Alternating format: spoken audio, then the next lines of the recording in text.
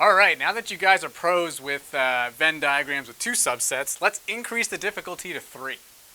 So U has 3 subsets A, B, and C, and we know a bunch of stuff about some subsets and their sizes, but we don't know the number of elements in A intersect C, and that's what we need to figure out. Alright, so how we approach this problem is no different than how we approach the problems of this type with two subsets. We start filling in our Venn diagram from the inside out, and if at any point we get stuck, we throw in a variable and we keep going. Alright, so let's do this. So the thing that's in the most inside in this Venn diagram is right here, and that's A intersect B intersect C, and do we know how many elements are in there? Yes, we do. There are 6. Alright, now we go one level out, so that's like these 3 regions over here. It doesn't matter where we start, so let's just start over here. So we know that A intersect B is 18, but A intersect B is about this whole region right here. So that whole football-shaped area there has 18 elements in it. Since 6 of them are over here, 12 of them have to be over there. Alright, now let's go to this area. So we know that there are 12 elements in B intersect C, but again, B intersect C is this whole football region right there. There are 6 elements in that part, so there also have to be 6 elements in this part so that the total is 12. Alright, and now let's go to this last area of this type. So now we're looking at A intersect C as this whole region right here, but unfortunately, we don't know how many elements are in A intersect C, so now we have to put a variable before we keep going. So let's put in a y. Okay, now we can keep going, and let's go one further step out into these 3 regions. So right here, this whole circle over here is B, and we know B has 40 elements in it. So 6 plus 6 plus 12 plus whatever that is has to be 40. We can write it down, or we can try to do it in our heads, whatever we want. 6 plus 6 plus 12, that's 24. And so then 24 plus 16 is 40, so I'm going to put a 16 right there. If you need to write it down and do it out, that's totally fine.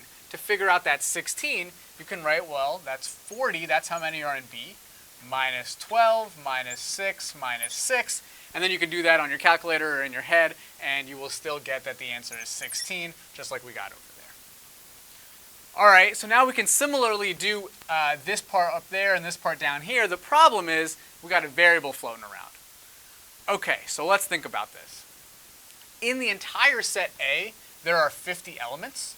Okay, so how many are up there? Well, we can do this in the same way. So that part up top will have 50 minus 12 minus 6 minus y. Well, we can't make that into one number because there's a variable and we don't know the value of that variable. But we can simplify this a little bit. 50 minus 12 is 38, and 38 minus 6 is 32. So this is actually equal to 32 minus y. And that's the best we can do, so I'll put that up here. Similarly, we can do this area that's in C but not in A or B. So C total has 36 elements. So the part that's right here is 36 minus 6 minus 6 minus y. And again, 36 minus 6 is 30, minus another 6 is 24. So this is 24 minus y. And so we can put 24 minus y right here. It turns out that we don't actually need to figure out the number of elements on the outside, but if you wanted to, you could.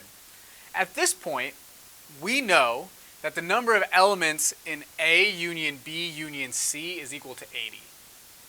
A union B union C is all 3 of these circles together. So that means if I add up all of these, I should get 80.